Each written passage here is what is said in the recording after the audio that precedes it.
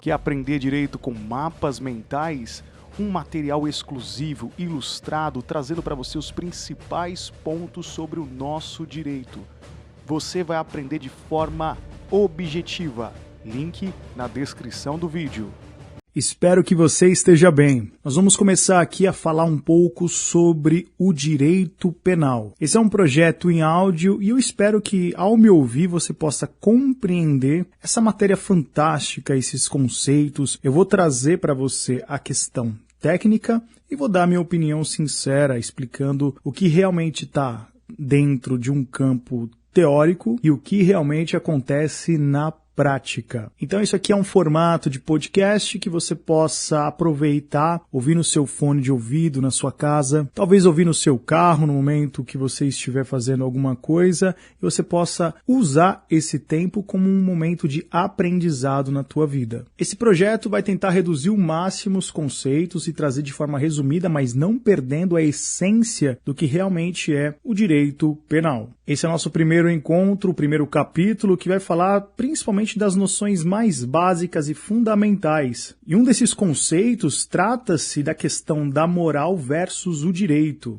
Quem falava bastante a respeito da moral e do direito era o grande filósofo Kant, Immanuel Kant. Aliás, Immanuel Kant tem textos extremamente complexos, assim, para quem não tem o costume de ler, são textos difíceis, né, de você conseguir realmente compreender. E tem até um filósofo, na verdade um professor, né, ele se titula professor, e ele comenta a respeito da dignidade da pessoa tentar decifrar Kant. O grande querido professor Clovis, fazendo aqui apenas uma questão rápida sobre a parte histórica, né, a fase mais primitiva, né, os primeiros grupos humanos, até o fim do século XVIII, dividia-se em dois períodos. Existia aquela coisa mais medieval, que era a vingança privada, uma vingança olho por olho, dente por dente, ou se não aquela vingança divina, e quem sabe até mesmo aquela vingança pública. Esses eram os conceitos básicos, ou seja, era dessa forma que a galera resolvia a sua treta. Uma outra linha era o direito penal moderno, o direito penal do Estado, penas cruéis, né?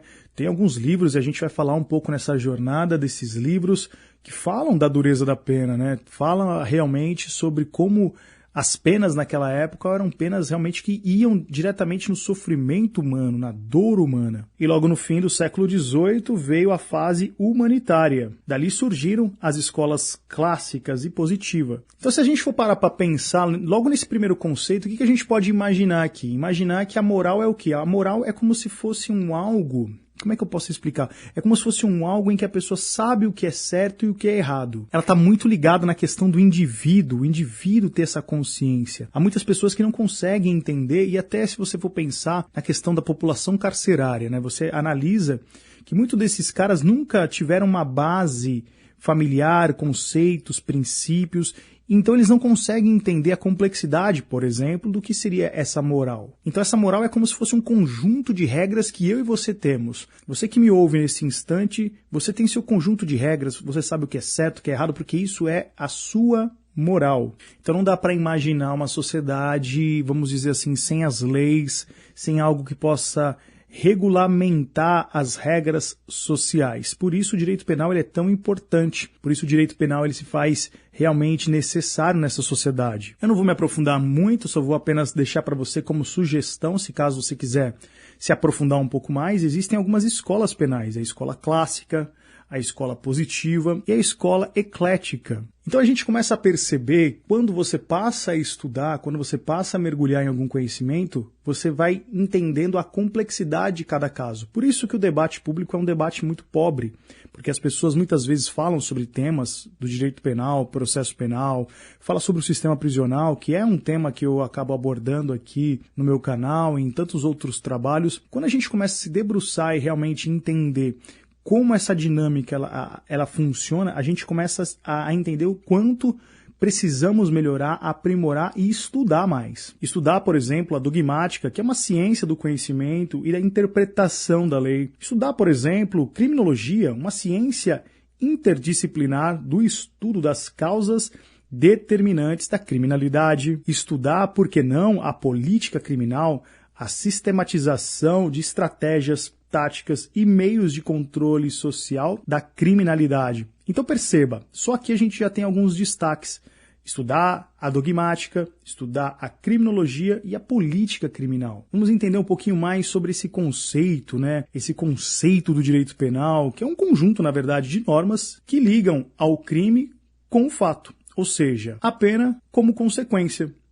E disciplinam também as relações jurídicas, daí derivada para estabelecer a aplicabilidade das medidas de seguranças e a tutela do direito de liberdade em face do poder de punir do Estado. Então, o Estado ele tem o direito, né? Porque como o Estado é o grande juiz da sociedade, então é ele que comanda todas essas regras, ele tem o direito, né? É o direito de punir o cidadão que sai fora desse conjunto de regras que nós estamos aqui analisando, que seria a questão do direito penal. Então esse direito penal é um conjunto de normas que qualifica certos comportamentos humanos como infrações penais. Então aquilo que você entende como crime, a gente também pode chamar de infrações penais. E essas infrações, quando a gente realmente quebra essa regra, é nesse instante que ao quebrar essas regras, ele vai sofrer as sanções, ou seja, as penas. Agora, num olhar um pouco mais sociológico, né? O direito penal é mais um instrumento, ao lado dos demais ramos do direito, de controle social. Então, o direito penal ele tem um controle, uma função de controlar a galera, de controlar os comportamentos desviados daquela galera que realmente tem pessoas que, por exemplo, são psicopatas, né? Visando sempre assegurar a necessidade disciplinar social, bem como a conveniência harmônica entre os membros do seu grupo, ou seja, eu e você. Nós precisamos desses limites, precisamos que realmente existam essas leis, essas regras, para que a gente não viva um caos e voltar realmente a viver como bichos, ou na era primata, olho por olho, dente por dente. Por isso o direito penal vem para organizar todo esse rolê. Usei uma expressão agora mais moderna, né? Rolê. Mas você entendeu. Eu quero tentar deixar isso aqui um pouco técnico e de uma forma também que você possa curtir esse áudio, curtir esses estudos que a gente está aqui propondo para você. Só que vale lembrar uma coisa muito importante, o poder punitivo do Estado, ele é limitado, preste atenção, ele é limitado.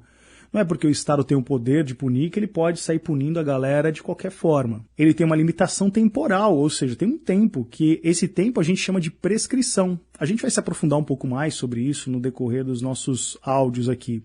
Também tem a limitação especial do artigo 5º do Código Penal, o princípio da territorialidade. Também nós temos o princípio da dignidade da pessoa humana. Então, por mais que o Estado tenha esse poder é limitado. O poder punitivo é um monopólio do Estado, é a regra. Mas mesmo que ele tenha esse monopólio, ele tem algo que realmente ele não pode fazer, que são esses conceitos que eu apresentei para você agora há pouco. E já estamos quase encerrando esse momento de introdução, fazendo para você aqui uma base do que realmente é o direito penal. Lógico que existem vários outros livros que se aprofundam muito mais, literatura sobre o direito penal, sobre essa parte, digamos assim, mais sociológica, filosófica. Eu trago para você aqui um apanhado do que realmente é o direito penal. Estou trazendo para você aqui algumas questões que a gente entende ser importantes para que você possa ter um mínimo, mas um mínimo bem com bastante substância. E só para a gente fechar essa parte histórica, para a gente realmente fechar com chave de ouro,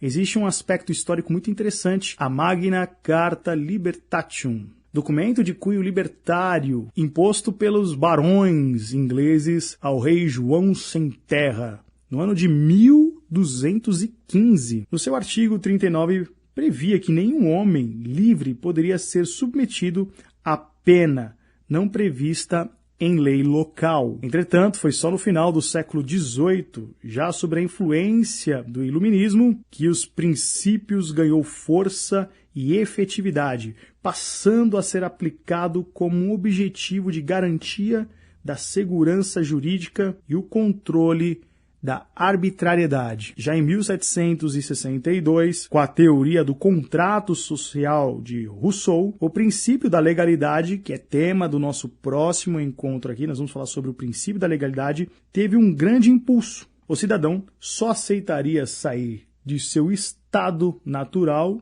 e celebrar o pacto se tivesse realmente um mecanismo que controlasse todas essas normas. 2 anos depois, em 1764, Beccaria, que tem um livro muito bacana também, Cesare Beccaria, em sua obra escrevia: só as leis podem derrotar as penas dos delitos, que é o nome do livro dele, dos delitos e das penas, né? E essa autoridade de residir no legislador, que representa toda a sociedade unida pelo contrato social.